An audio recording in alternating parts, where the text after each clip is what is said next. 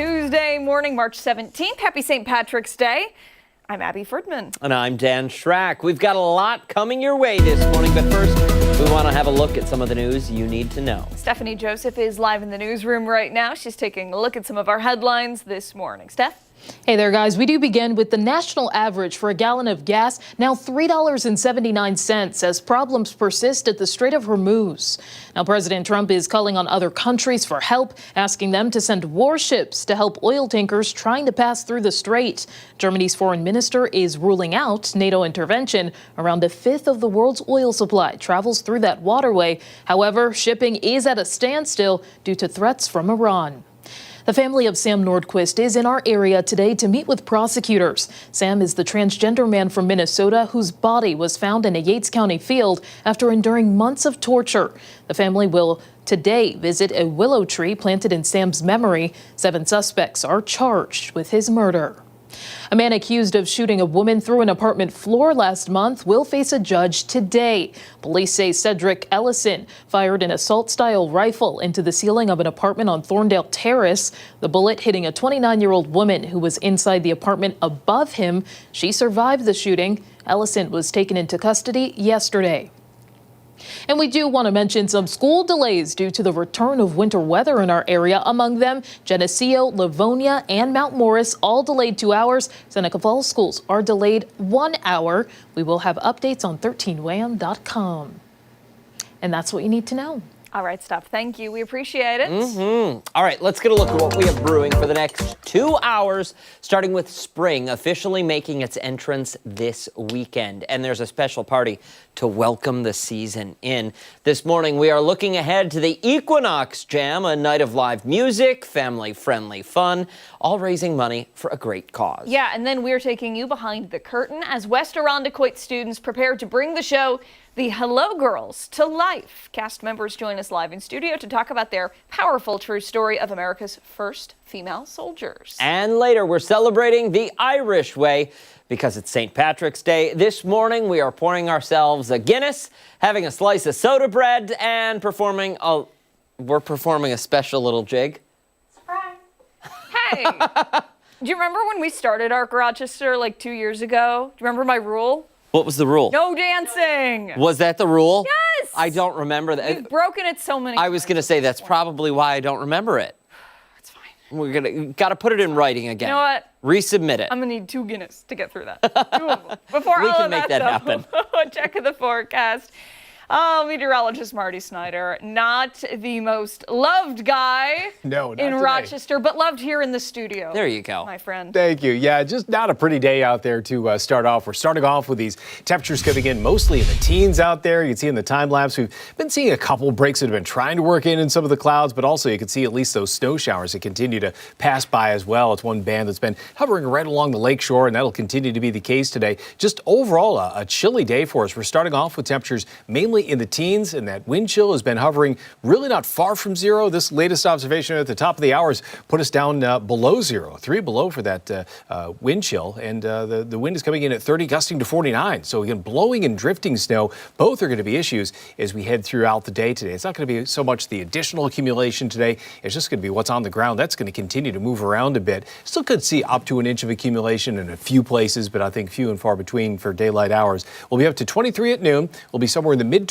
for highs today. Heading into tonight, I have to watch that same lake effect band right on the Lake Ontario shoreline. Northern, northeastern, especially Wayne County, could see a few inches of snow out of that easily as that band aligns with the lakeshore. 26 for today, 16 tonight. Tomorrow, 36, so just barely above freezing then. And then finally back into the 40s on a little more consistent basis by the end of the week. So at least we moderate out a little bit by the end of the week, but still for today, tonight, and tomorrow, both those numbers, all those numbers, in fact, well below average for this time of year, and just a lot of blowing around that snow that's already fallen across the area. Below average is not the part of a stat that I like to hear. I like the above average part. Yeah, it was nice when we were there. It wasn't all that long ago that we were there, even yesterday in the afternoon, but yeah, it changed really rapidly. Yes. Yeah, quick turnaround. Yeah. All right, thank you, sir. Okay. Hey, let's go. go off the top and start with some of the things that have piqued our interest. I'll start things off today, and I want to head south to West Texas, where beneath the Bible belts and oil rigs, there's a secret that nobody's talking about, and a new podcast is blowing the lid right off of it. So a fracker known only as Mickey posted an ad online for odd jobs in between his shifts, hanging shutters, fixing faucets, nothing special. His first call came from a church deacon. Her husband was out on a rig. Mickey, though, never touched a single shutter, but he left with $200. Turns out he wasn't alone. Beneath the surface of Friday Night Lights America, there's an entire hidden economy, and Mickey accidentally became everybody's little secret, from his blue-collar gig to a red light lifestyle. Here's the thing, though. This isn't just Mickey's story. It's a story that is old as oil itself. Every boom in American history, from North Dakota to Texas, has been followed by a boom in something else. Historians have documented it for a century. Where the rigs go, the loneliness follows. And where the loneliness goes, people find a way. What makes Mickey's story a little different is he isn't the one who was lonely. This wasn't the typical story of roughnecks flush with cash looking for company. Mickey here flipped the script. His clients were wealthy housewives living in mansions, married to men who hadn't been home in 2 weeks and wouldn't be home for 2 more. What? 5 years, hundreds of clients, a mid-6-figure salary. And some of those husbands knew he was helping out, and they approved.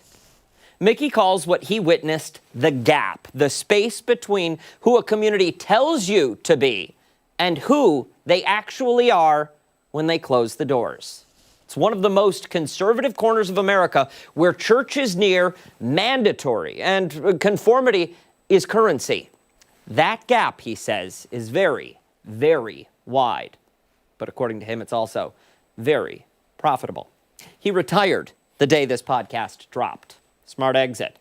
The show is called The Handyman of West Texas, and as we approach the start of spring season, you might want to look twice at who your neighbor calls to fix the faucet or the shutters or you name it. Okay, so I have a question. Okay. And this is going to sound so dumb, but I No. have to ask anyways. Was he actually, like, fixing stuff at their house? No. Oh, okay. Not a so, single like, time. This ad was like handyman, wink, wink. No. No. He went into this Oh. going to be a handyman. Right, yes. Yeah. But then he gets to the house and they're like, hey, I Yes. actually don't need Yes. anything. Yes. I don't need you to do any work around my house. I need some work done, is what they said. And he obliged. Well, I think it's wild that just the juxtaposition on the standard we set and that we say, oh, we live by. And then when we go home and we close the door and the doorbell rings, you know, the Yeah. standards that we then live by. you know, everybody has, Skeleton? yeah, everybody has skeletons, right? Uh-huh. And, Is there something were you a handy woman, Abigail? No. My goodness. But, no, you know, everybody, Yeah? I think anytime you see somebody out there who, like, comes across as somebody who's, like, perfect and they have a perfect life and they have all this stuff, you're like, all right, well, I know there has to be something. Yep. There has to be something. Where are the bodies buried? Well, yeah. But you know what I'm saying. To mine. Yeah. Oh, all right, let's move along. Not a great transition because your story kind of takes us down a different It does. path. Let's finish yours real quick, though. Okay. Listen, I think this guy, and here's the thing. Yeah. He wasn't a young stud from Desperate Housewives. Really? No, he was 45 when he started this. Mm-hmm. 45. He'd recently been divorced because he had been married for 20 years. Like, it's just wild how this whole thing plays out. Mid-6 figures, people. For 2 hours worth of work? Hours. I mean, that's... He was there for 2 hours and okay. left. Wow. Didn't touch any shutters. Okay. Apparently he's handsy, though. Handy. Good with his hands. Right. Handyman. Handyman. Goodness. All right. We got to move on to mine. This is such a hard transition. I know. So we're just going to do it. Okay, dive in. A story I told you about a couple months ago, finally with a resolution, though. The former Colorado funeral home owner who helped her ex-husband hide nearly 200 decomposing bodies in their building has been sentenced to at least 18 years in prison. I told you this was a tough transition, so you just got to do it. Back in August, a woman by the name of Carrie Halford pleaded guilty to the charges against her. Prosecutors say she and her husband, John, took more than $130,000 from families for so-called funeral services, including cremations. But it didn't actually happen. Instead, she and her husband are accused of giving families urns filled with concrete mix. Also, in 2 other cases, investigators say bodies were buried in the wrong spot. Not only that, but the Halfords confessed to defrauding the federal government out of nearly $900,000 in pandemic small business aid. How did they do that? Well, they reportedly spent that money on luxury items, forms of body sculpting, and cryptocurrency instead of the green burial service that they tried to get up and running. Green burials are eco-friendly funerals that allow for natural decomposition, so no embalming fluid, none of that stuff. Well, Carrie claims that she was manipulated after years of abuse at the hands of her husband and that she was scared and desperate and doing whatever he said. However, the families of the loved ones who are victims in this case say there should be no mercy, describing the conditions their loved ones were found in. In the largest discovery of decaying bodies at a U.S. funeral home, the bodies were stacked so high that doorways were blocked, bugs and maggots crawled all over, and buckets were placed all around the funeral home to catch, quote, any fluids that might begin leaking. The families have shared with reporters agonizing guilt and shame that they feel for not knowing that their loved ones were left in this state. And they say that trauma will last forever, especially not knowing what the intentions were with their family's remains. Carrie also faces 25 to 35 years in prison when she's sentenced in state court related charges next month. It's a story that we followed for a while. I mean, I can remember when we first talked about it, and just how horrible it really is. But, you know, my heart really breaks for the families who now have to go to court and advocate for their loved ones. You know, losing a family member is hard enough when you find out that they haven't been treated with love and respect and dignity. Yeah. It's devastating. It really is. Devastating. The fact that they went through the trouble to fill urns with concrete mix and pass it off as ashes is just disgusting. Yeah. Just disgusting. Straight to jail. Yeah. Well, I mean, that's where they both are. Hope we don't see you ever. You know, like, what an awful. How terrible do you have to be? And, you know, I was clicking through a couple other articles before we came out here, and I'm not 1,000% sure if this is completely correct, but I want to say that the machine used to turn the bodies into ash, I want to say that they either didn't have one at all on the property or it wasn't even functioning properly, which is... Sounds like either would be plausible because, Sure. I mean, there's no reason for bodies to be stacked to the ceiling. Right. If you have a working... Yeah. And, you know, again... Crematorium. You think about... I mean, your grandma passed recently. My grandparents passed recently. You go to the funeral home and, you know, you're assured and reassured that they're going to be taken care of and we don't want you to worry. And you have enough on your plate. You have all of these things going on. We're going to take good care of them. And then to only find out, in some cases, even years later, that wasn't actually the case and they've just been there the whole time. It's just heartbreaking. Yeah. It really is. Well, you know what? They reap what they sow. Karma's... She can be nice, but she can also be pretty vindictive. Yeah. And I hope she is. Time right now, 8:15. Much more to get to this morning on our Rochester. When we come back, we're going to check in with Chris Lopez. He's embracing his Irish heritage this Tuesday morning. I didn't know Chris was Irish. He's not. That's a surprise. Hey, and don't forget, you can take us on the go wherever you are. Our Rochester is streaming live on the 13WAM YouTube channel and foxrochester.com. Stick around. We're back on the other side of the break.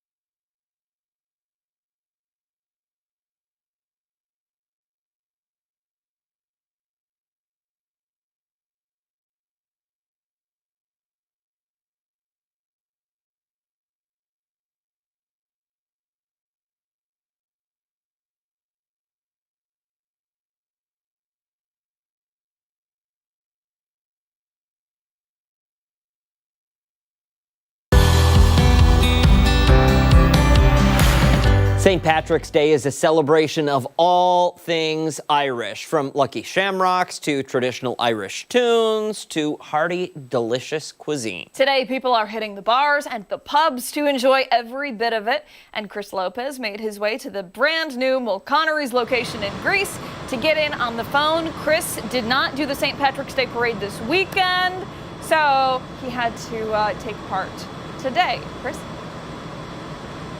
Hey, good morning. Yes, I'm making up for it. Back here in the kitchen with Chef Ash this morning. We got a lot going on.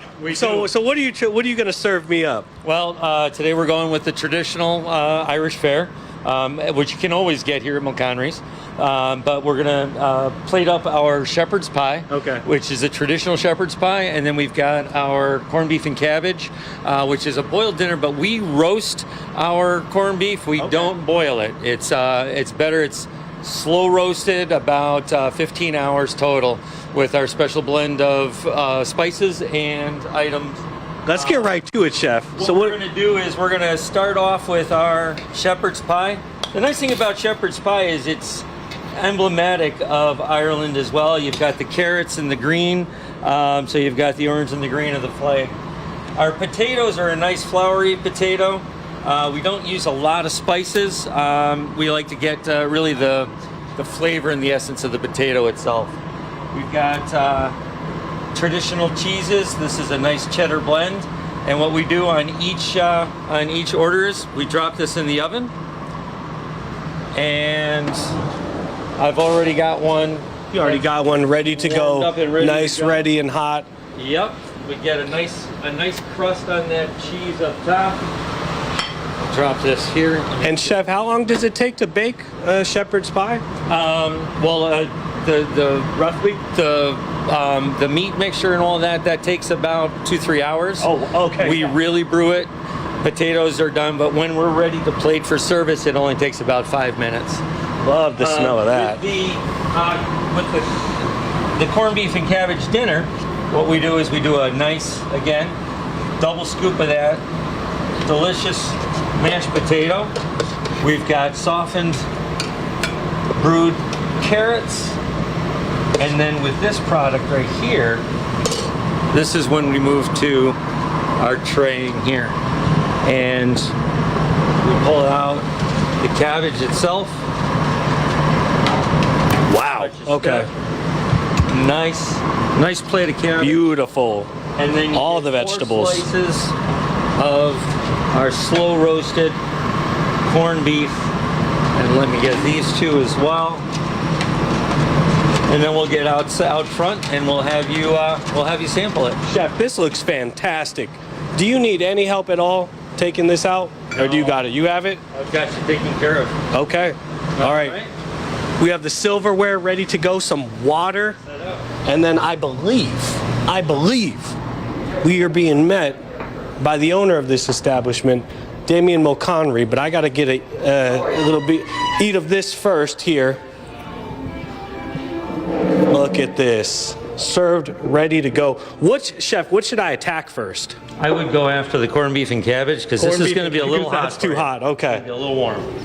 Damien, yes, sir. Can you come join me, please? Oh, of course. How are you, my friend? So that quad shot that he gave me in between hits, what was that? The Irish whiskey. Oh, the Lost Irish. My friend's whiskey, Lost Irish. Nice and smooth. It is. I can attest that. Pretty nice and smooth.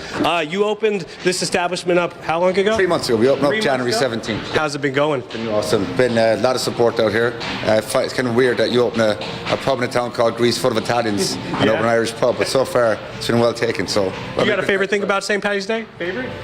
By the time I get to bed tonight, yeah. That's about it. And then what should I try first? I know Chef said try the corned beef. Try this because that Okay. just out of the oven, so you gotta go for it. Without further ado, Corned beef and cabbage, my favorite. let's get into this. I haven't had anything to eat as per the usual when it comes to these morning shows. Mix that. Try that and get a little bit of everything. Wow.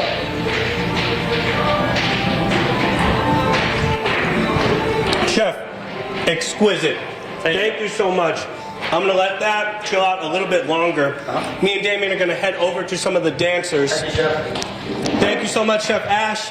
We got a few of the dancers hanging out with us this morning. They have been dancing since 6 this morning. I would like to pay tribute to them. They've been going very hard this morning. Well, yeah, have not stopped once. And once these live shots are done, these ladies are out of breath. They told me sprinting is a little bit worse, but this is pretty much close to sprinting. I'm gonna send it back to you guys in studio. We're gonna be talking to Damien a little bit more coming up at 8:40, and we got some live music coming your way. Back to you guys in studio. The dancers, so impressive. They really So look at her feet. so talented. They're doing this thing. We're going to have to do that in a little bit. You I know that, we right? are. The Guinness will help, though. The Guinness will help. Hey, don't go anywhere. When Arc Rochester returns, it's time for this morning's weather trivia. Meteorologist Mark McLean will be back after this.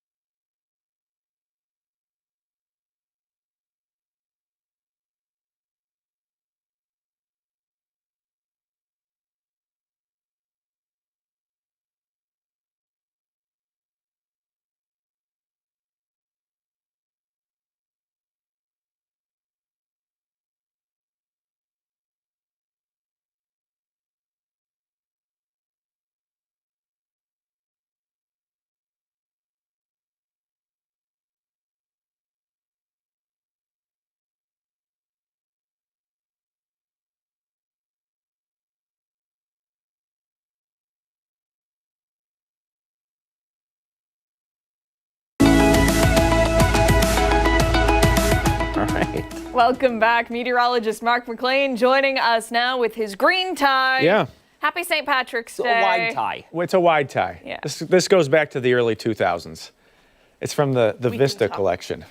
It's vintage. It is. It is. You know, But it's green. old as new. I can't go up on the green wall though. No, got to change. No, because it'd be like little holes all up and down. Mm-hmm. A hole in my heart on St. Patrick's Day. Oh, It would be terrible. All right, weather trivia. Let's talk about, cold hearts. How about that? That's what it's going to be out what there. happened to spring questions? Question mark, right?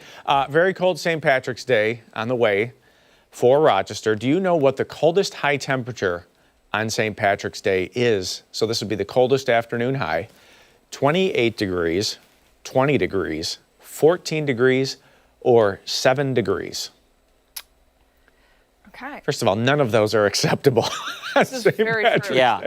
And and this comes on the back of a very, very cold parade on Saturday with the wind. Yeah. When we made that turn down Main Street, it was like a sand blaster in your face between the It was. confetti flying and the wind, and not great. But here we are. We have to talk about it. Any thoughts? I think I have a guess. I guess, yeah. I definitely have one too. So wait a second. So just the normal to make high. sure. Yeah, just to make 44. sure that I'm understanding the phrasing of the question Yes. correctly. This past weekend, what was it on Saturday? It was like 24 degrees or something like that. When we started marching, it was around 30, I would okay. say, something is like that. Is that the number you're looking afternoon for? high temperature. Okay. So, yeah. Okay. yeah. Got it. Okay, we'll have that answer at 9 o'clock. And a very festive dog picture, too. Yes. Ripple.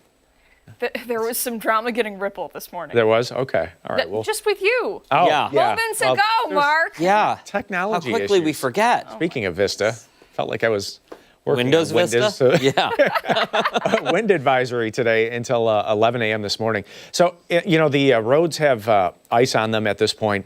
The temperature is well below freezing, as you can see on the New York State Mesonet. We've got temperatures as cold as 12. So what has happened to that snow from yesterday evening is it's really become hard-packed ice on untreated roadways. So you just got to be careful.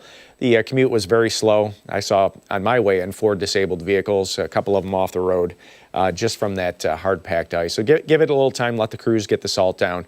The other thing is when you pair that wind and that cold together, this is how it feels. It feels like it's as cold as 7 below this morning in Warsaw, -1 in Rochester, and just a few degrees above freezing into the Finger Lakes. And this is live. This is live data. Look at Ontario. We have winds around 44 miles per hour. New York State Mesonet showing 42 mile per hour wind gusts still in Batavia, 35 in Brockport, and close to 40 in Rush. So, grab the heavy jacket. You're going to want the layers for sure, the hat and the gloves this morning and this evening as well. The wind out of the west at 23 is gusting to 48 at the airport. And that spot on 390 by the airport where you get the blowing snow, that was particularly slow this morning. Again, because of the hard-packed ice and that blowing snow. So it's one of those tricky spots when you get a real tough wind out of the west. It does slow things down. The good news, the wind does not stick around for very long. By this evening, it's going to drop back pretty quickly. Overnight tonight, just between maybe 9 to 18 miles per hour. But this picture right here actually looks like early January, mid-January. You've got the low in the upper atmosphere, the cold just spiraling through the Great Lakes, and lake effect coming in off of all the Great Lakes. So that's one of the things that we'll watch tonight is how far in does this band get? This one that's back to the west that you're looking at over the lake. This is going to sink south and likely move into parts of Wayne County off to the northeast of Rochester. So it's one of those tricky things because the air temperature is so cold.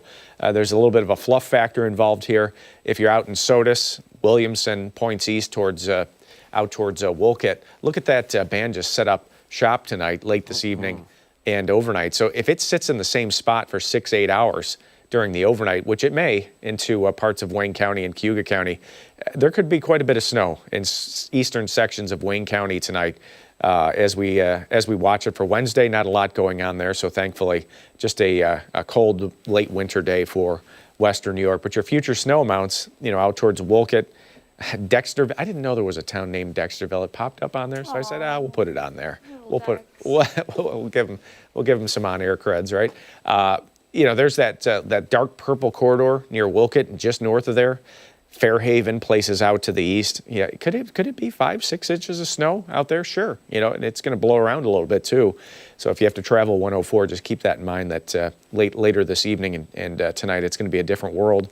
In that part of the world, planning forecast today, though, says blowing snow. It's going to be windy. We're still getting gusts close to 50 at the airport this morning. That wind advisory continues through 11 a.m. The forecast overnight back to 16, that lake snow lakeside. A few inches in our northeast suburbs of Rochester, from anywhere stretching from Webster back to the east. And that guy, he's going to need some leggings today if he's going to do that kind of dancing right there, right? I mean, at 26, oh. I would not be doing a dance for 26 degrees. I know. I'm sorry. I know. It does warm up a little bit into the weekend, mid-40s there, light mix on Sunday. But it's just remarkable this time of the year. Sitting down at lunchtime yesterday to eat a sandwich. By the time I started eating the sandwich to the point that I finished eating the sandwich, the air temperature dropped 10 degrees. And you guys know how fast I eat, okay? It went from 70 to 60 in about 5, maybe 6, 8 minutes. Quick. The front went through, the sliding glass door was open, the dog ran to look and see what the ruckus was. The wind kicked up, the cold air came in. I was like, wow, that's pretty Game over. That's pretty impressive. Yeah. I got my mail yesterday, which I should do on a daily basis, but I don't. So walked to the mailbox, and so the angle of the sun yesterday, it was so perfect. Yeah. You could feel the warmth, like I felt the warmth, and it was the warmth of spring/summer on my back, and I was like, wow. And today is the Equilux for Rochester. We'll talk about what that is coming up at 9 o'clock too. Ooh, wow. Something about what you're talking for about. That sounds fancy. Yeah. An Equilux. You guys Equilux. want to find out what an Equilux is? Well, don't go far. Much more to get to this morning here on Arc Rochester. We're back on the other side of the break.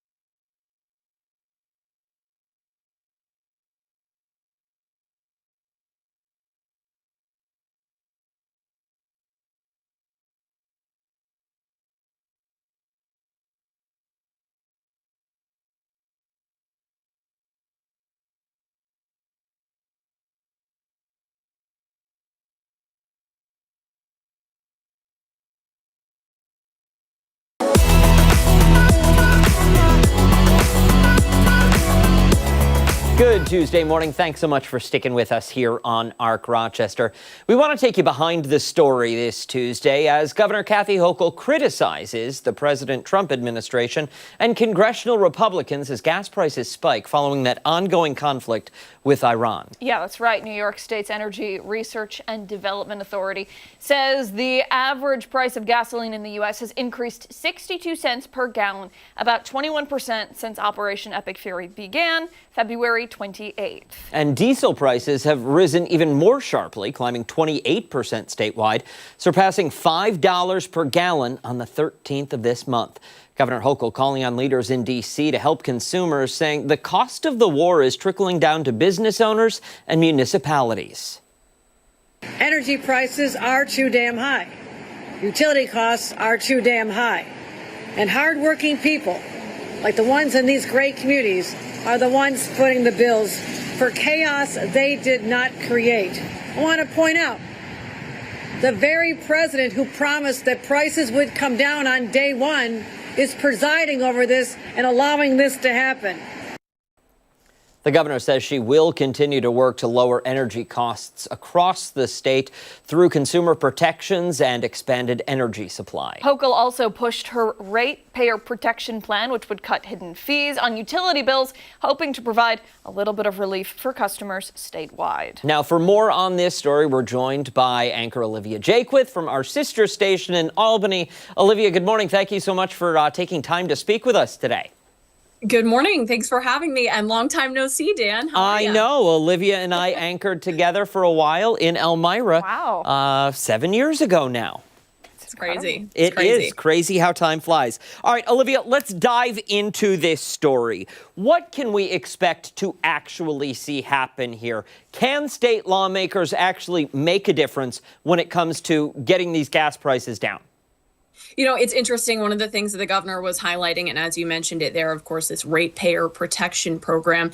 And the way that she is paying attention to this really is about how this is going to impact our energy prices, because in terms of controlling gas prices, there's really only so much that she's saying state, local leaders can do. This all comes down to conflict impacting shipping in the Strait of Hormuz. And we have seen those gas prices, again, as she said, skyrocket.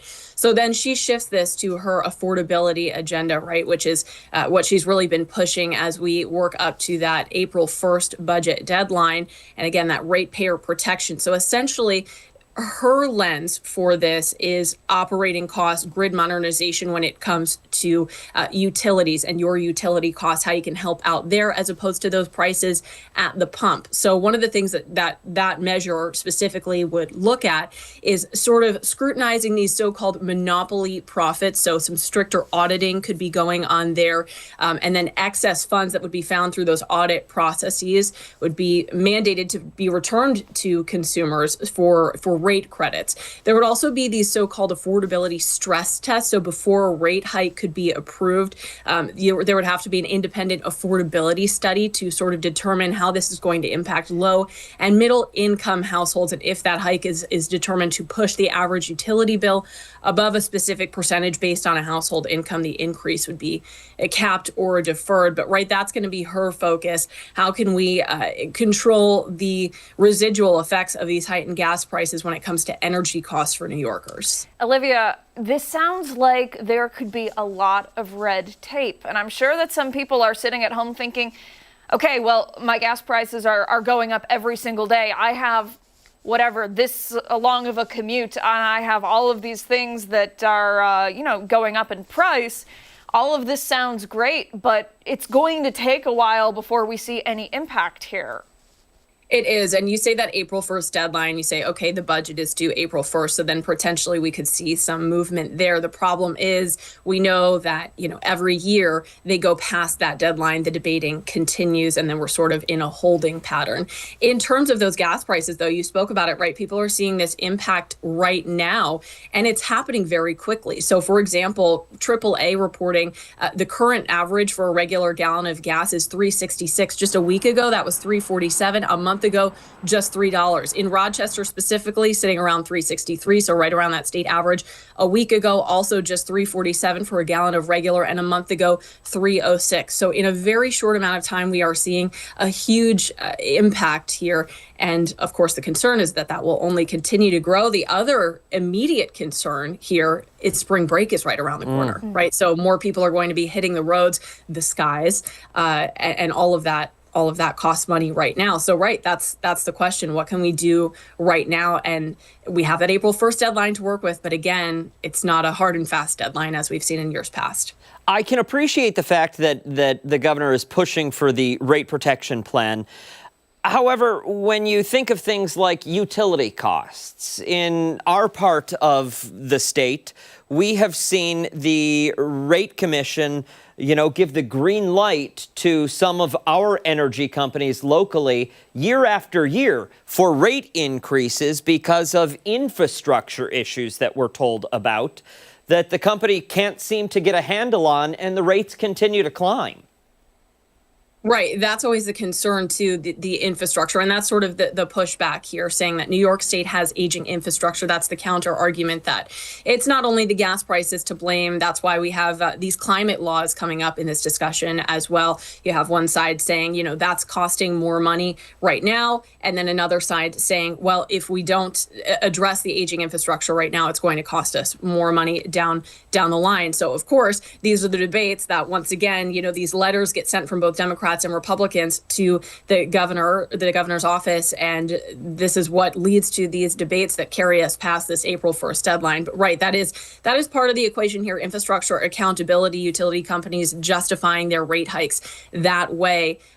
Governor Kathy Hochul sort of proposing instead non-wire alternatives, so to speak. So local battery storage or some energy efficiency programs over perhaps new transmission lines. But again, it's been a partisan debate, and that's what certainly we can expect to carry us past that April 1st deadline. A lot of moving parts and a lot of things still up in the air. Olivia Jaquith, thank you so much for your time, my friend. Thank you. Good to see you. Much more to get to this morning on ARC Rochester. When we come back, we're going to check in again with Chris Lopez. He is drinking, dancing, and feeling extra lucky this Tuesday morning. Hey, and don't forget, you can take us on the go wherever you are. ARC Rochester is streaming live right now on the 13WAM YouTube channel and on foxrochester.com. Stick around. We're back on the other side of the break.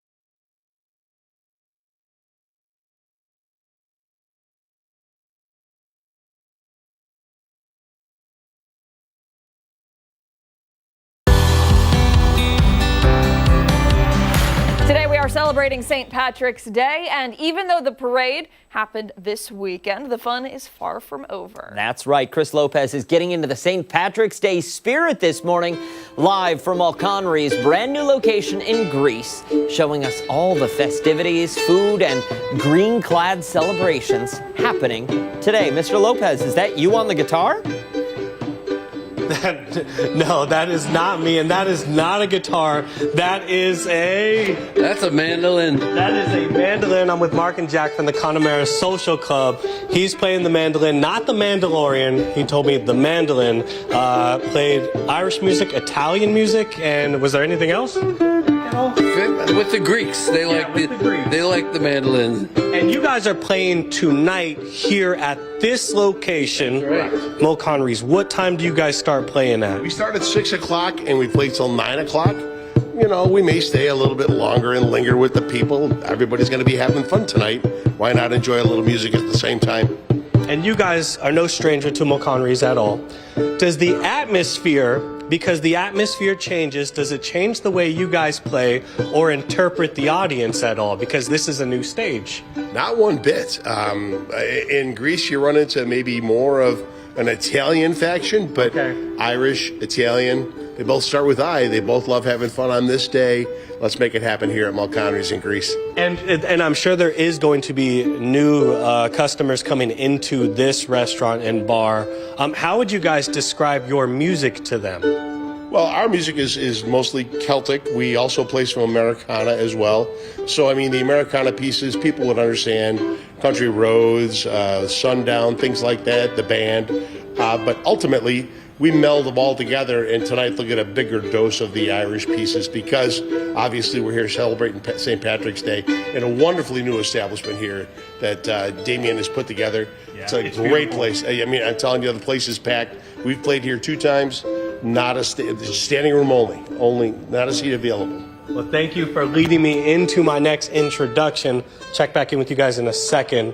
Damien Mulconry. How's it going, my friend? Good morning, good morning, good morning, sir. I'm going to meet you behind the bar. So I was going to say, I think you have something special ready and planned for me. You're going to pour your pint of Guinness just the way you like it, right? Okay, all right. Already pouring the pint of Guinness. This every year, but we're going to do it again this year. Okay, looking forward to it.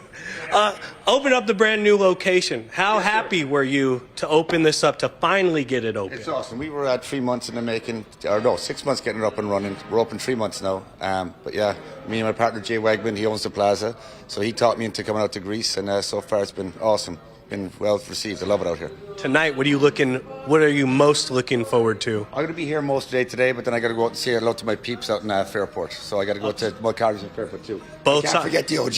You can't forget the OG. Voice. Yeah, been screaming. Come on. Okay, all right. I'm going to send it back to you guys in studio. You guys are going to listen to some great music in a second. Thank you, sir. Damien says I have to finish all of this. I can't chug this. There's no You way. have to chug but I'm it. sending it back Chug to you it. guys in Just studio do for it. now. Just do it, Enjoy the Lopez. Connemara Social Club. Come on. Not, I have to finish it. I don't have to chug it, you guys. Listen to the great music. Yeah, He's a little baby. he's a little baby. Yep. Yeah. It's a little nervous. Those guys are amazing, though. Listen, they're playing these instruments and they're chugging the beer Absolutely. at the same time. Couldn't be you, Lopez. Come on, Lopez.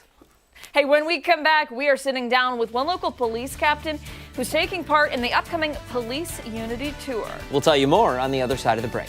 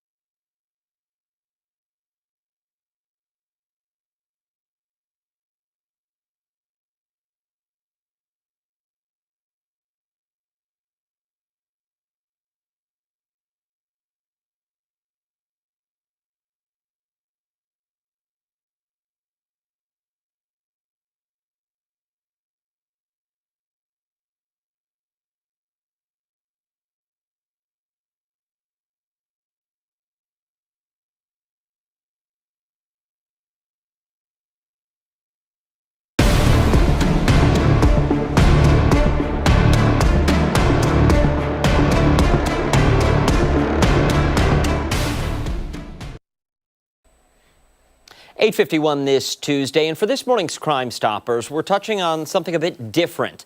Looking ahead to an upcoming event that honors those who have made the ultimate sacrifice. Captain Matt Pasquarella with the Gates Police Department is taking part in this year's Police Unity Tour. We're riding in memory of fallen Virginia Beach police officer and Gates Tri-Line native Cameron Gervin. Captain Pasquarella, along with Gates Police Chief Robert Long, join us now in the studio to tell us more about the fundraising event and how you can give back to this amazing cause. Thank you both so much for coming in. Thanks for having First and foremost, I want to ask, what's the drive behind this for you? Well, like honoring those who gave the ultimate sacrifice is something I've always done throughout my career. I never actually got into the bike riding aspect. I recently kind of took up cycling. I guess I stopped running in my older age, so I took up cycling, and I felt like this was kind of like a natural next step to take on this ride. Some people may be unfamiliar with the Unity Tour. Can you tell us what it is? Yep, it's a 4-day, 300+ mile ride from northern New Jersey down to DC. It starts at the beginning of Police Week, and then we come in right to the memorial. We'll be coming in on May 12th this year. What does it mean for you to see a member of your ranks want to take part in something like this? Oh, this is awesome because over the past couple of years, we've had members, a couple of our investigators, a couple of the officers, and it seems like each year there's been a participant from the town of Gates. And then with the passing of one of our interns, Cameron Gervin, who went on and had his career down in Virginia Beach, Captain Pask stepped up. He's got his Captain Pask pedals for Cameron out there, his Facebook page, and he said the one day, he goes, I really think I want to do this. And us in our upper 40s now, I'm like, dude, you're crazy. But he's like, no, I want to do this to honor him and his family, and I'm going to go with it. And one thing about Matt that I've known for working with him for 20 years is if Matt gets an idea in his head, he's going to see that through, and he's going to figure it out. And I know he's going to be very successful with this. What can you tell us about Officer Gervin? Officer Gervin. So when he came to us, he was an intern through the high school program, and he was just an amazing person. You knew that he was going places. You knew he was going to get that career in law enforcement because he had that drive. Like everything that he did, even the questions that he would ask, we get riders or interns, and the questions are, hey, have you ever shot anybody? Have you ever, high-speed chase? His were more direct, like, hey, time you help somebody out, or how could I help somebody out if this was a situation I was faced in? A little bit more direct as opposed to what you see on cops on TV kind of questioning. So he was just an awesome young man, and we enjoyed him as an intern. Do you have any memories? I met Cameron once. I think I was working on the night shift, so we didn't really interact that much. But one thing that's been really cool is I tried to make this like a holistic event for the ride. So I asked permission from Cameron's parents to ride in his name because I didn't have that personal connection. They immediately said yes, and then I got kind of adopted into the Gervin family, which has been really great. And I also traveled down to Virginia Beach recently on the 1-year anniversary of Cameron's when he was killed. And so I got to meet his police family down there too, which has been really cool. So just it's been a really cool connection, not just riding the bike, but actually trying to make this about him. So. I think that says so much about you as a person, but also so much about the brotherhood and the sisterhood within the police department. Not just the Gates Police Department, but just all around, right? Yeah, and one thing, like again, from the years I've known him, Matt's we talk about those people that would take the shirt off their back to help somebody. That's Matt. Like he sees this event here going on in a way he can remember Cam and help the family out and maybe raise some awareness and some money for other fallen officers, and that's what he's going to do because that's who Matt is. So. Well, and listen, we are here for it, and we are here supporting you and championing you behind this. For somebody sitting at home on the couch this morning saying, okay, I want to support this guy, I think this is a great cause, how do they do that? Yeah, so I would just say, go online and just search the Police Unity Tour. I've got all my funding because I have amazing support, so I'm good, but there's other riders that are probably looking for some help. But also all the money that, other than what, it pays for our hotels and whatnot, goes right to the Law Enforcement Memorial Fund, which keeps the wall I'll kept and everything. You know, it goes to show what you men and women are like out of uniform when you say, listen, I'm all funded, but I know this other group of people still needs the assistance, so you can log on and help them. And I think that's really great that you do that. Thank you both. Thank you. Thank you. Time right now is 8:57. Much more to get to this morning on Art Rochester. We're back on the other side of the break.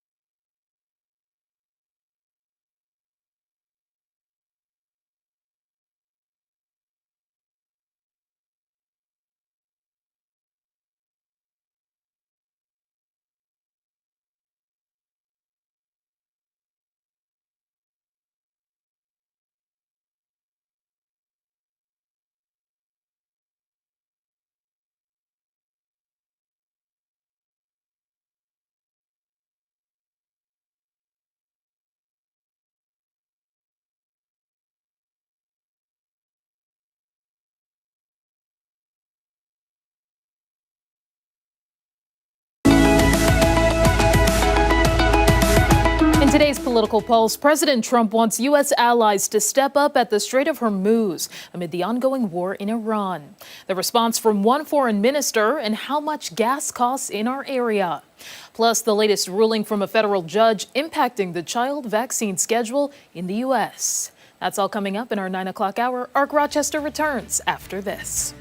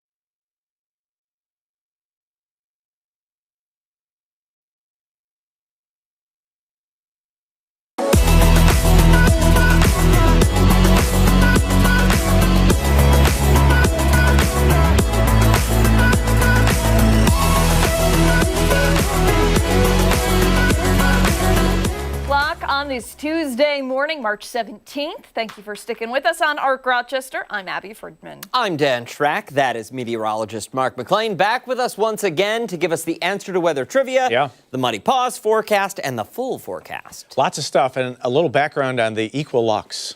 What is that? We'll have that too. Okay. But obviously today the topic is cold weather and cold weather on St. Patrick's Day. So what is the coldest afternoon high temperature that we've ever experienced in Rochester on St. Patrick's Day during the afternoon? Was it 28 degrees, 20, 14 degrees, or 7 degrees for the actual high temperature? Oof. There was lots of guesses. Florence and Sandra had C. Michael, Allison, Rod went D. Jim had B for this morning. It was Barbara, Rebecca, Mary Ellen with D, and Laura as well. Or excuse me, Lori. Laura had C. Barb had B. Ian and Janet, it is D. Tim, Mary, and Ron have C this morning. And the next page has Paul, Diane, Sarah. A lot of answers. Dave, Cheryl's husband at C. Diane's mom has D, as does Cheryl this morning. Steve has D, David has C, and Judy has B this morning. I am ruling out A and B. Okay.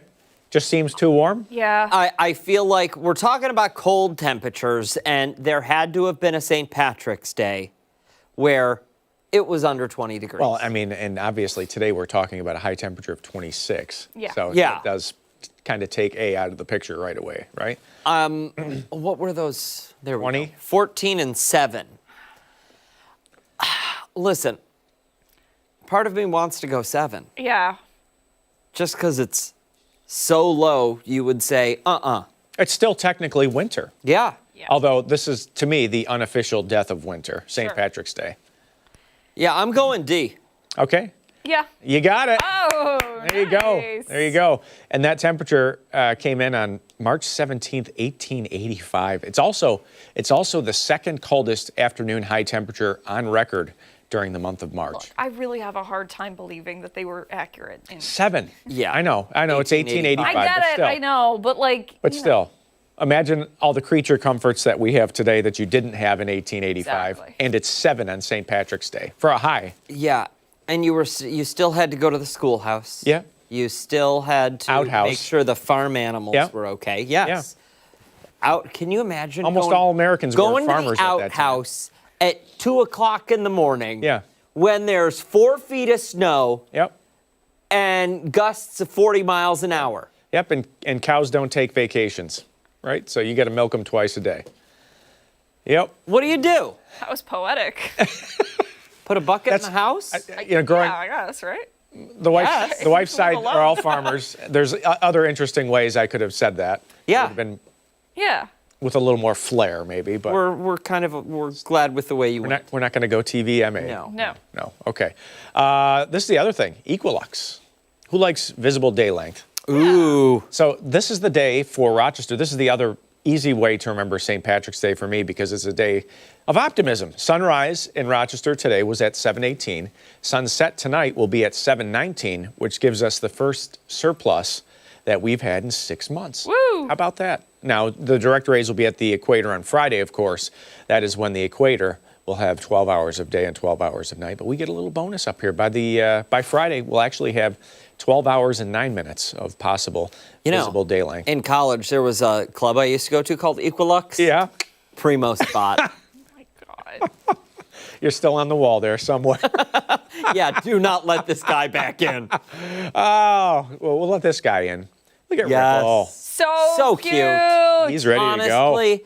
And not only did he get dressed up, I said this to you. Yeah. He's like, yes, let's take this picture, please. Yep. Yeah, Ripple Because I know I look good. is ready for St. Patrick's Day shenanigans. He's ready to roll, And if you have pics that you want to send in, maybe you've got some St. Patrick's Day photos of your pets, it's 13wham.com/chime in, and you can also scan that QR code there. We love to see your handiwork when you can send it along. But Muddy Paw Outlook, tomorrow it's dry paws. The forecast here by the weekend does have a couple of showers around, some wet paws then, but it's frozen today. Oh, it was that. You walked outside and it was a rude reminder that it is still winter. Yeah. The cursing that came out of my mouth when I left the house this morning, it was vicious, really and truly. Like, don't check the Ring doorbell, because there were There were Really? some words flying. Yes. You want to know why? Because I had snow in my boots again for the millionth time this winter. I'm not yelling at you. Okay. I'm just yelling at you. Okay. In your direction. I had a 4-alarm sinus infection over the weekend. I went straight to the heaviest jacket I had, and you know, I guess it. And the strongest liquor. That may be tonight. We'll switch off the Tylenol for a little while. I'm so glad we spent all weekend together, Mike. Oh, wow. Jeez, Wow. And we were man. never in a confined space either. 17, that west wind at 28, no longer gusting to 48 like it was last hour, but still gusting to 39. But nice to see a little sunshine out there. Still feels like it's -2, but the wind gusts, they're going to come down. The advisory technically in place until 11 o'clock this morning, but those winds, as you can see, come down pretty quickly later tonight. The other side of this, we'll have to watch with this kind of cold little lake snow. Starting to see that band form out over Lake Ontario. And likely what will happen after sunset tonight, this band will start to swing south and start to impact areas closer to Wayne County along the shore. Watch this by 8, 9, 10 o'clock tonight. If that band sets up shop for 6, 8 hours, central and eastern Wayne County there, you know, you could have a shovelable snow by tomorrow morning. So that's something that we'll have to watch for areas mainly northeast of Rochester. I think near the city, this is just a coating to an inch.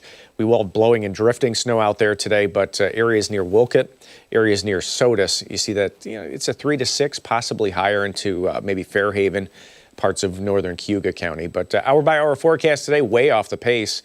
The normal high is back up to 44 degrees, but today it's just 26 or so. The extended forecast, not as harsh tomorrow, mainly dry for Thursday, and we'll get that chance for a late day shower on Friday.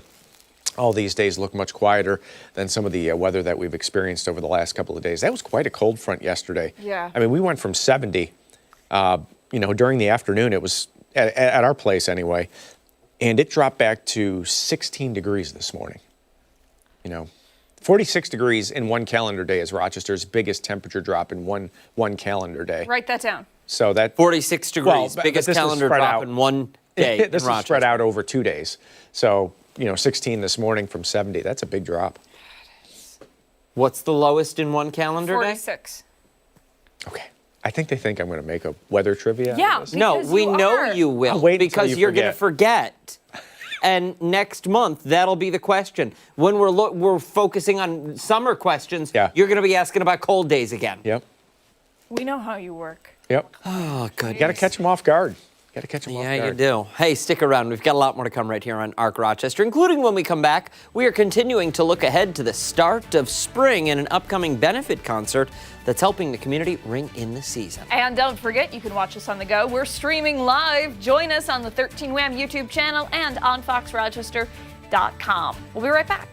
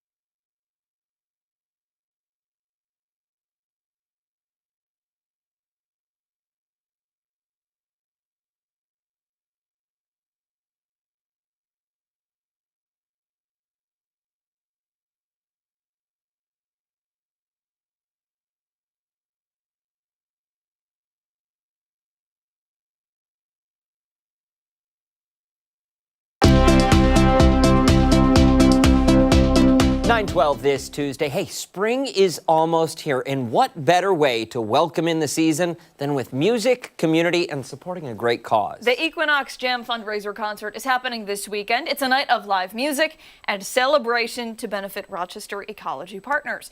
Joining us this morning, we have Executive Director Chris Widmer and nature-based educator Loretta Haslauer. Good morning to the both of you. Haslauer, did I get it right? Haslauer? That's right. Yeah. Okay. Jeez. All right. Thank you both for coming in. Really a unique and exciting event happening. Give us a little overview if you don't mind. Yeah, we're really excited that we're going to be able to bring people together, get them out of their houses with winter ending and spring coming. And this is the 4th year we've had it. The first one was at the German House, so we're really excited to bring it back to the German House. We've got 3 great bands, and it's all going to support our nature-based education and community cultivation work. Yeah, for someone who is unfamiliar with rock ecology, can you give us an overview of what the programming looks like? Yeah, most of our programming is with young people during the school day and out of school. We do field studies, we do what we call nearby nature lessons. We have after-school programs that are about playing outside in parks, and really our goal is to get people more connected to each other and nature, and we also do that through larger community events that are aimed at families and adults.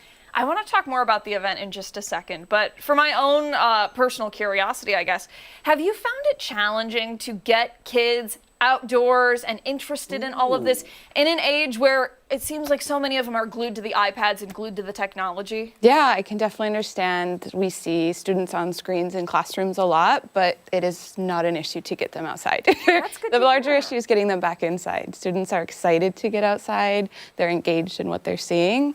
And they're finding joy in every moment of it. So really, it's not an issue at all. And let me ask, just to follow up on that, are they experiencing and living in that moment, or are any of them taking their phone out and taking all the pictures and living life behind that? Yeah, we definitely see a little bit of both, but I find that even if students are excited to get their phone out and take a picture, that is engagement. But no, I think we do have to practice a bit of being present, finding those awareness skills, and that takes maybe 5 minutes, and then we're in it. Everybody's engaged and noticing and wondering around them. That's so cool. And what's the age range here? We mainly work with kindergarten through 6th grade teachers, or students, but we really will work with everybody and see the same thing, whether you're 5 years old or you're a college student at St. John Fisher. Roll over a log and look what's under it, and you are just all in. And adults too. I was going to say, I can't remember the last time I really went out. And you see potato bugs and Exactly, all right? the creepy crawlies under there. Absolutely. All right, so let's talk about the benefit concert here. Community, some great music. What kind of music are we talking about? Yeah, well, it's starting off with Genesee Rising is a band. It's folk and bluegrass kind of music, and then we've got Big Tuna and the Fishermen. It's a group of St. John Fisher faculty members who are sort of the anchor. This was their idea and their contribution to our organization. Mike Buller, one of our board members, was like, hey, how about if we have a concert and bring people together? And then we've got the Buddha-hood, which is a band a lot of people remember, especially from the South Wedge neighborhood, but it's a jam band and has, we're really excited to bring them because they're a pretty popular band. The names of the bands: the Buddha-hood, the Tuna and the Fishermen. Big Tuna and the Fishermen. I mean, it's fantastic. Yeah. Right? It sounds like it's going to be a great time. What was the reception met with, the first 4 times you've done this? Well, one of the things that's great is it's a family-friendly event. So it really is an opportunity for everybody to come out and just spend time together. And then the music's great too. Like that's sort of like there's an added bonus of the music. But the reception has been great. And as our organization's grown, we're a relatively new organization. As our organization's grown, this really provides a foundation for our spring to keep growing more. And so this year, we're expecting more people than we've ever had. We're expecting a huge crowd, and then also, using all of the relationships that we create through this and the support that we find, the resources. We've got a silent auction this year, and we're going to take all that and use that as momentum into the spring to really literally get thousands of children and community members outside. Love that. Very good. Excellent. All right, for somebody who wants to go to the event, it's happening this Saturday, yes? What else do people need to know? That you can show up at the door. Like I said, there's a silent auction. They can go on our website if you just Google Rochester Ecology Partners Equinox Jam. It's 6 to 11. You can come at any time during that. And we have tickets on a sliding scale, so we try to make everything accessible. And thanks to some great sponsors this year, we're able to offer tickets to really anybody that wants to come. Really incredible stuff. Thank you both so much for coming in. We appreciate it. And if you want to know more, we'll post all the information you need to know if you want to go on our website, foxrochester.com, after the show this morning. Don't go anywhere. When we come back, Steph will be here breaking down some of our top political headlines. Political Pulse coming your way next.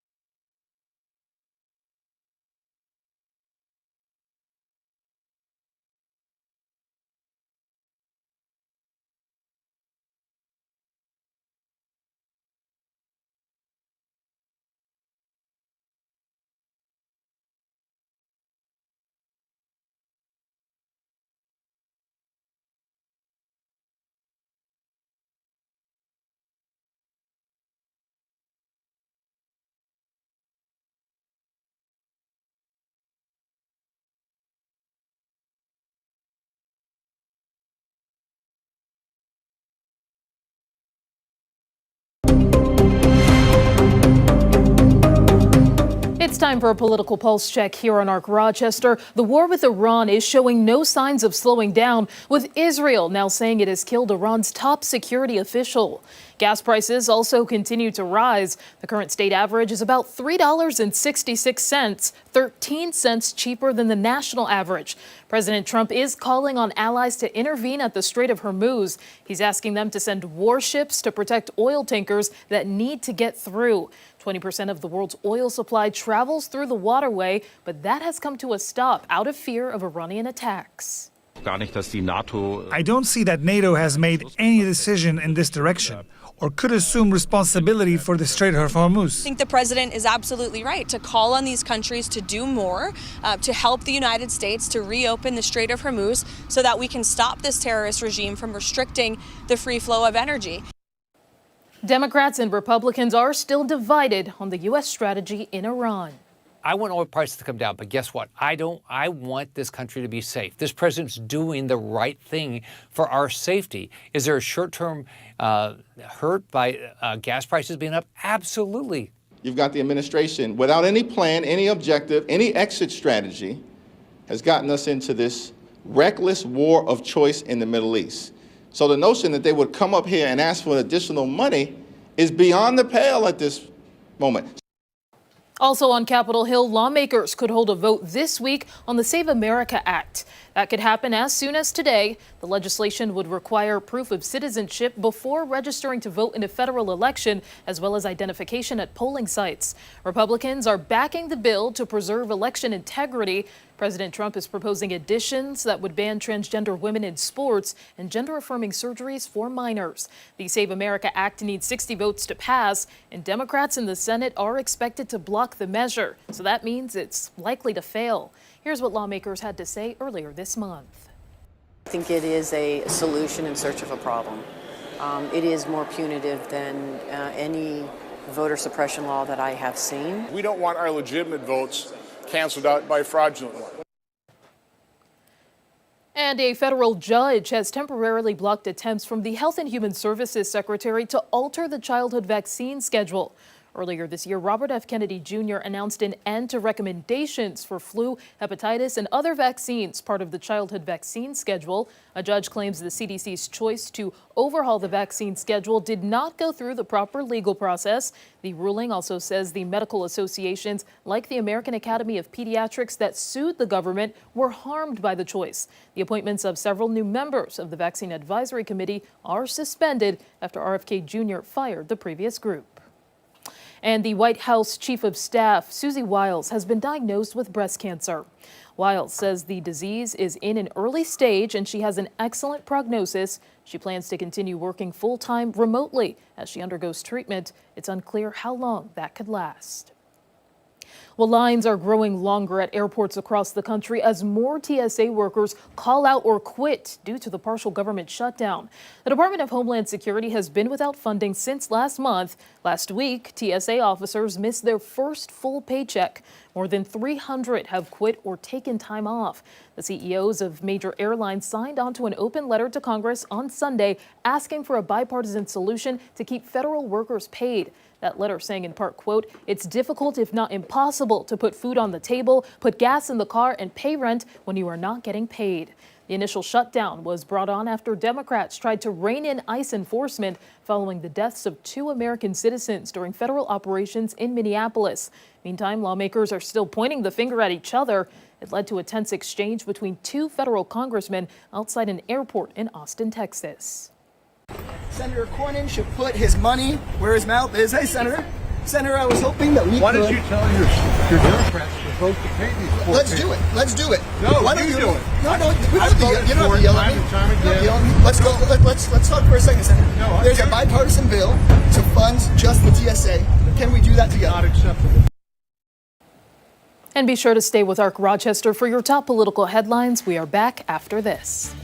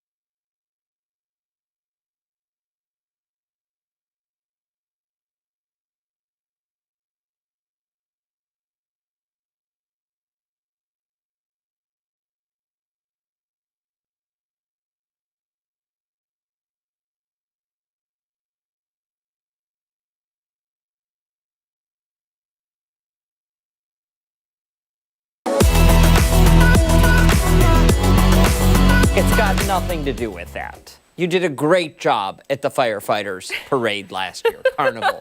Parade? Thank you. Carnival? Parade. Parade. It was a parade. Yeah, you Thank did you. great. And listen, if they didn't ask it back, they're lost. It's fine. They're lost. I'm busy that day anyway. All right. Yeah, she is.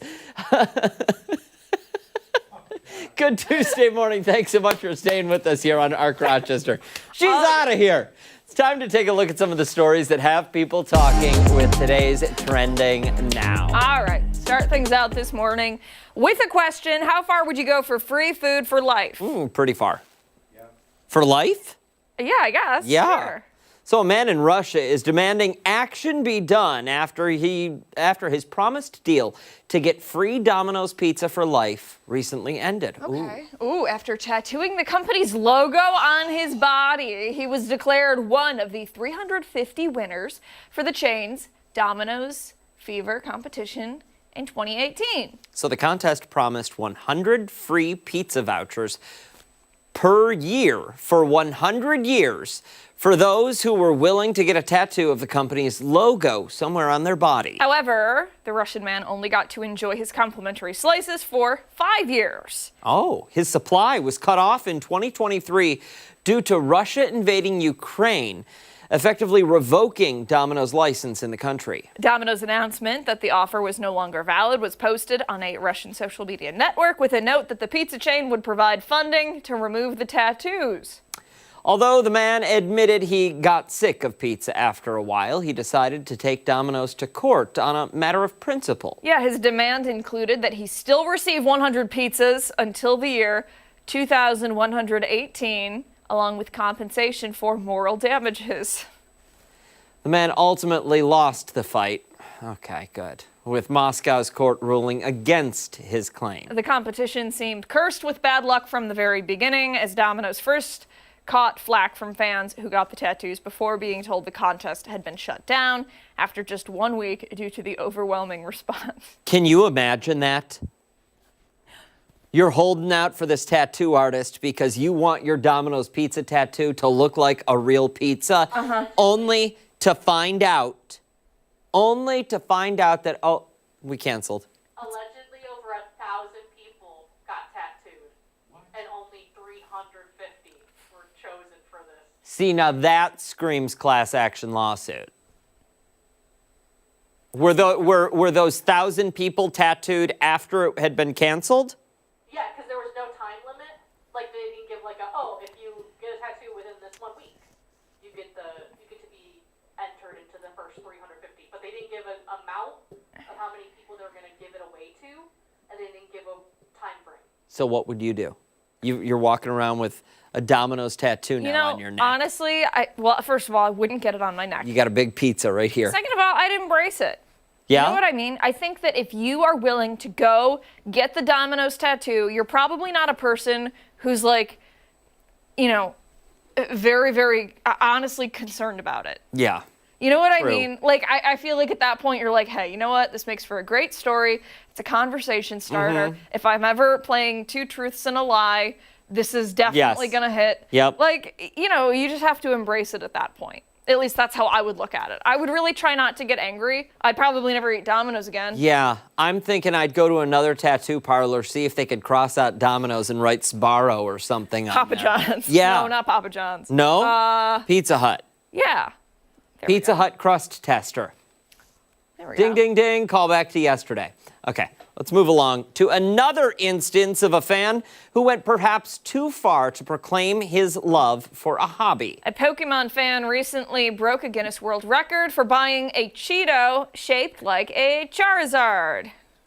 Guinness, well, you said that the way you said the name of what are we talking about? We're talking about what? You said it, you had a Pokemon? It's a very British accent. It's very classy of You want me you. to say it like Pokemon. Like a buffalo? Pokemon. Pokemon. Yeah. Guinness World Records revealed that the fan set for the record for the highest price paid for a video game likeness. What did I just say? Oh, that's the title of the Guinness World. You know what? That's a Charizard Cheeto right there, if I've ever seen one. He spent $87,840. It's dubbed the Cheeto-Zard. The collectible dates back years, apparently. In 2024, a Georgia shop said it discovered its now famous snack while cleaning the store. The snack looked convincing enough that the shop decided to preserve it inside a Pokemon card-style display frame. It was eventually sold for $350 on eBay. The odd collectible popped up once again last month when it appeared on the auction block, where fans began placing some serious bids for the unofficial piece of memorabilia. That amounts to almost a 25,000% increase. That's incredible. Amazingly enough, this isn't the highest selling Cheeto. Back in 2017, a Cheeto shaped like Harambe went viral after hitting $100,000 on eBay. I want to know what you do that you've got $100,000 to throw at a Cheeto. You're a handyman. Obviously. I mean, that's what, one year of work? Amazingly, okay, no. That's it. That's it. Ashley said move on. We're done with that part. Yeah, you know what? It's just a lot of money. That's a lot of money. For a Cheeto. For a snack that's going to stain your fingers. All right. Well, to turn now to a food story. Some people have strong opinions about food, but recently a new survey determined the top 40 most hated foods by Americans. I think I might be able to get on board with this. So according to a study by YouGov, people were heated over what they Oh, jeez, Louise. Show is a mess. I just want to go home today. Me too. What Top they to think bottom, deserves this was something. bad. Many people linking their choices to texture and odor over actual taste. The top 12 most hated foods are number 12, kale. I love kale. 11 is beets. 10 is chitterlings. What? Oh, pig intestines. Gross. That should be 12. Yeah. Sushi? That's delicious. Blue cheese. Oysters? Caviar. Yeah, no, Mark loves caviar. Squid? Tofu. No. Sardines? Liver. Anchovy. Like everything I eat is on this list. Yeah. Other findings from the study include that younger adults are more likely to dislike condiments, including mustard, mayo, pickles, and olives. Why? Americans 45 and older are more likely to have an aversion to several protein-rich foods, including tofu and sushi. Right there. Men are more likely than women to dislike like Brussels sprouts, cauliflower, spinach, and broccoli. Again, why? And within the listed 40 items, the best liked foods were eggs, bananas, and green beans. Do you want to know something? For me, eggs and bananas, like two of my bottom of the list. Bottom of the list. Like I would not think to pick either of those. No. Least favorite fruit, probably a banana. And eggs, like they need to be burned to a crisp for me to eat them. Yeah, we saw Scott make eggs last week. Yeah, this is true. And it was a no-go. Yeah, all the other stuff though on the list, with the exception of like pig intestines and liver. Yeah, I don't need the sardines either. I think with vegetables, if you have an issue with vegetables, I think that you're not preparing them right. Oh, you know. They're not seasoned right or they're not prepared right. Like for the longest time as a kid, I hated cauliflower. We'd always either have it like in the microwavable bag or like steam it or whatever. But now as an adult, you roast it, you season it. No. 10 out of 10. I know. It's amazing. Same with right? Brussels sprouts. Absolutely. Absolutely. I don't get it. All right, don't go anywhere. We've got a lot more to come right here on ARC Rochester, including when we come back, we are taking you behind the curtain for West Irondequoit's upcoming production of The Hello Girl. Don't forget, we're streaming live. You can join us on the 13 Wham YouTube channel and on foxrochester.com. We'll be right back.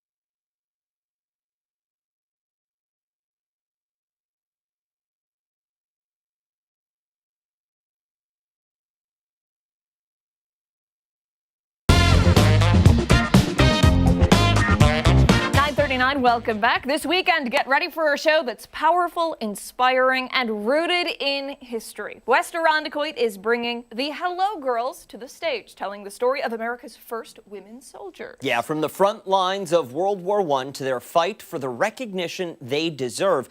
This morning, we are joined by director Robert Line, along with members of the cast, to give us a closer look. Thank you all so much for coming in. We appreciate it. Can we go down the line and everyone introduce themselves? I'm Millie Stahl. I'm Olivia Kroll. I'm Elisa Pasiga. I'm Julia Mantel. I'm Lexia Limo. And I'm Rob Line. And you're Rob Line, and you're the one in charge here, Rob. So tell us all about this show. It's a lesser-known show. It actually came out in 2018 off-Broadway for the 100 years since World War I.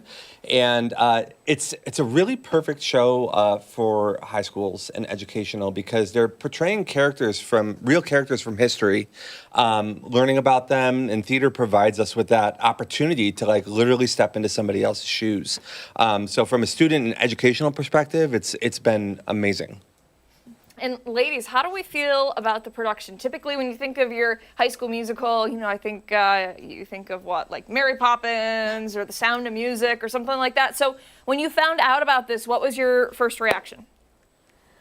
So I was really excited because I think it's really powerful playing somebody that actually existed and also did something that really changed the world and has affected our lives. And so I just think that's really powerful and important. Very good. And for you? Yeah, I think it's just an amazing opportunity that we get to really educate ourselves and just be able to honor their story and just tell it in the way that it really was. Now, can I ask that you each tell us about your character, who you play, and their historical significance for the show? Oh, We'll start here.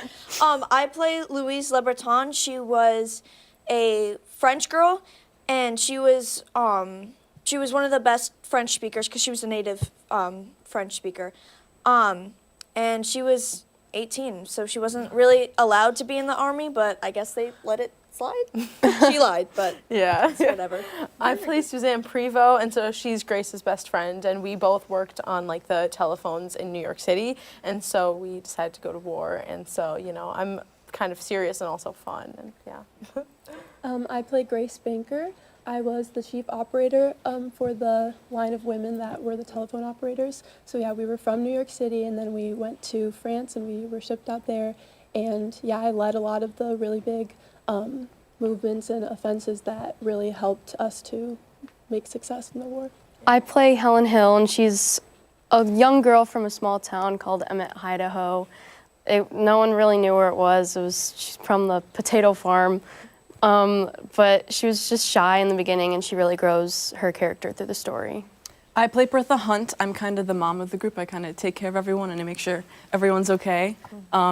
Yeah, I just make sure everyone is doing their job. Yeah. Excellent. Well, gosh, this sounds like such an amazing and unique opportunity, not just for you ladies, but also for the audience as well. Who knows? I'm assuming you know dates, ticketing information, all of the good stuff so people can come and see the show. Yeah, it's this Thursday, Friday, Saturday, and Sunday. We have a matinee on Sunday. You can get tickets through if you go to the West Irondequoit page, and there's a link to Performing Arts. It'll lead you right to the ticket site. And we hope to see a lot of people there because we hope to get the word out about this important story. Absolutely. You can also scan that QR code you see right there on your screen right now. That'll take you right over to the link to buy tickets. Thank you all so much for coming in. We really appreciate it. Thank you so much for having us. Absolutely. Time right now is 9:44. When we come back, we're celebrating St. Patrick's Day, a little food, a little drink, and unfortunately for you, a little bit of dancing. Who's teaching us dance? Couldn't tell you. All right. Don't go far. We're back on the other side of the break.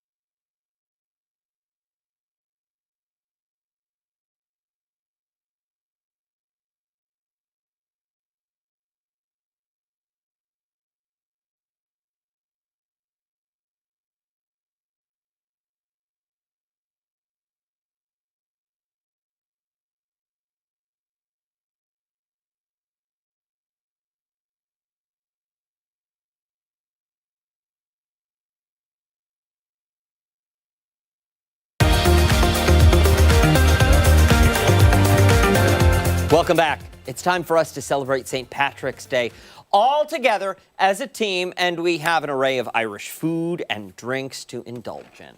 Really Irish food? Whatever. We'll let it slide. I feel like we We'll need let it Dropkick slide. Murphys here. Yeah, right. Tunes in the background, right? Yeah.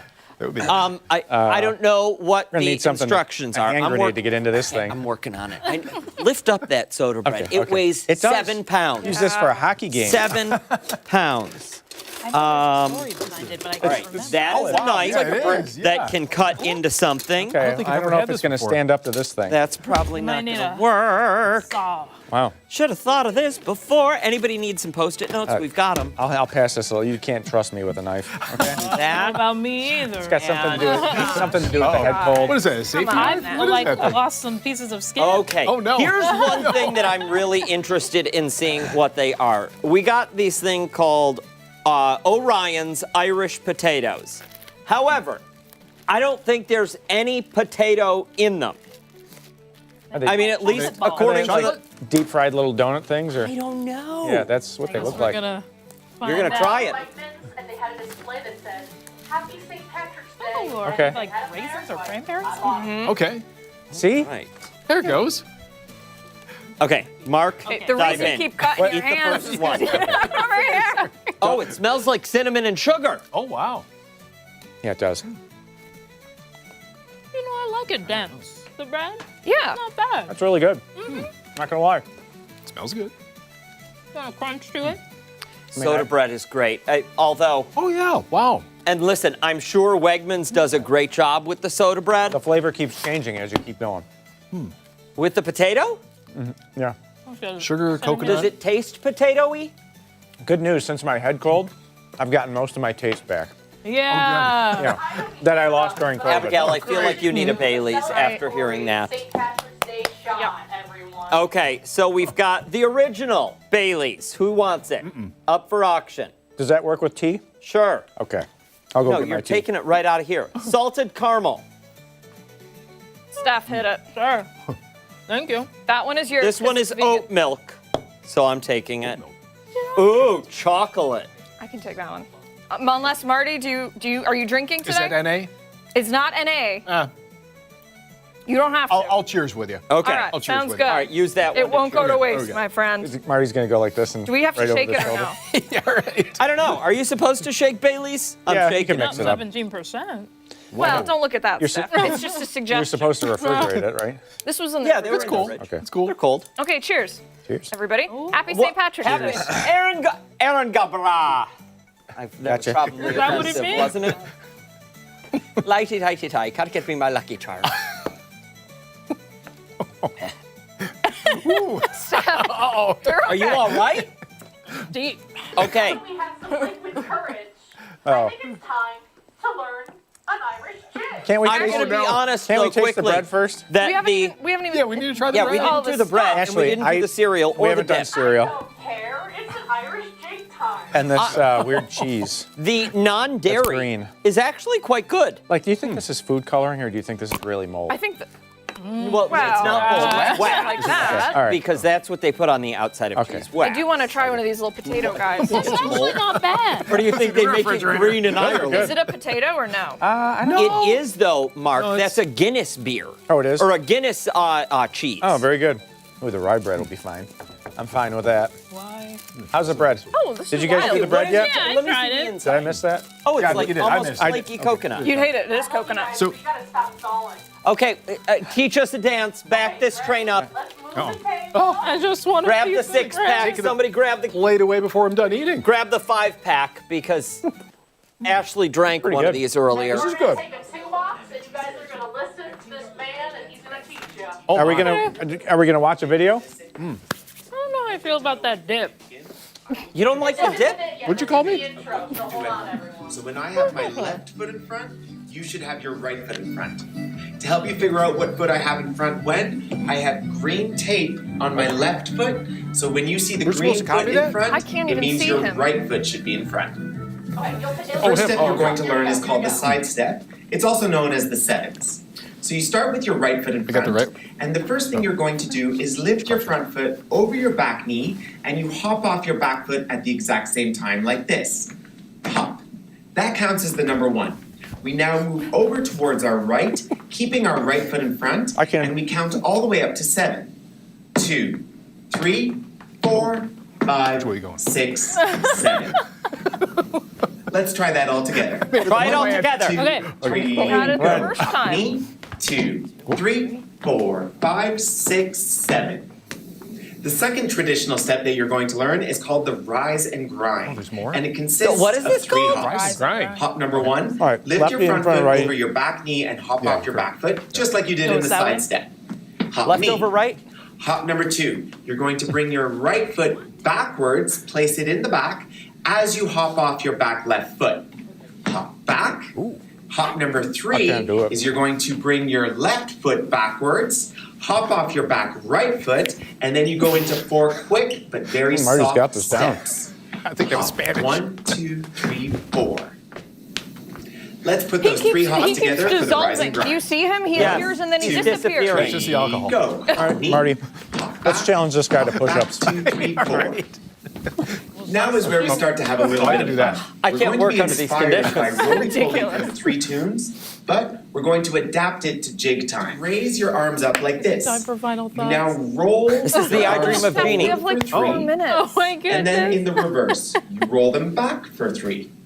We put our hands down by our side. We're going to turn right on our heel if you can. If you can't get on your heel, it's perfectly fine to do it on a flat foot or on your toe, whatever works better. Oh. And then you clap. So that whole roly-poly piece adapted to jig time. Right? So now nobody knows. Let's do it. I don't know anything. Oh, no. How about we just make it look like we're having fun? Yeah! I got that part. I'll try that with you. Then you go back 3, and then... Simulate. Yeah, just a little bit of this. Our final thoughts right after this. All right. Oh, this wheel is that thing back in ridiculous. here. Yeah, Let's get the beer in our systems. We need it back. More time? There's more time in We this haven't- segment? We haven't done rye bread yet. Did we open the cheese? No. Here. Oh, okay. We're tossing a break. We'll All be right. back with the final thoughts.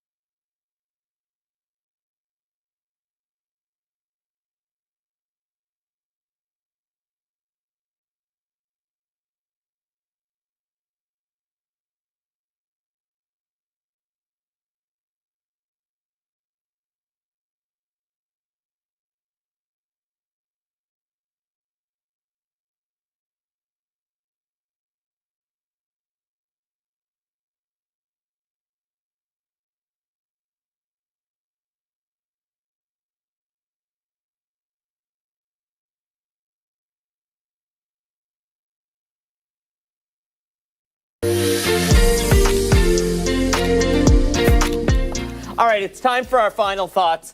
What are our final thoughts on the rye dip? Very good. It's good. We used I haven't to had have that in a this long time. Yeah, We all family like the parties. rye dip. What about the cheese? The haven't had Guinness that yet. cheese. Take a small bit of Very this. sharp. Oh, that is sharp. Wow. What kind of cheese is it, Oh, though? the service here is immaculate. Thank you. Holy. It's good. What kind of cheese is it? Anybody? Dubliner. Dublin It's cheese. good. It's very sharp, though. You're right. Spent $10 on No, that? it doesn't say. So the Irish. Kerrygold Dubliner with Irish Stout. Wow. How much did the 24 spread pounds. cost? Ashley, do we have time? How much did the spread cost? Wait, where did we go shopping? Forget your- Wegmans? Wegmans, and we went to a liquor store in Webster. I'm going to go 35. 55. 40. I want to say 55, but I'll go 54. Ashley? $62. Wow. $62. Somebody for take a those Lucky small Charms. Spread. Somebody's got to take the Lucky. I got to get the Lucky Gotta Charms. do it. We'll be back tomorrow. See ya. Oh no, I was Magically doing Irish delicious. jig. Okay. All She said do an Irish jig. You're the technique. What did we? And we still have 30 seconds to go. I'm just going to eat. There you go. It's great. How was this? Was this good? Here, put They're that after- together. I already touched this one. Try this and this. There you go. Okay, I gotta go. We'll be back tomorrow. See you at noon, folks. We think. Happy St. Patrick's Day.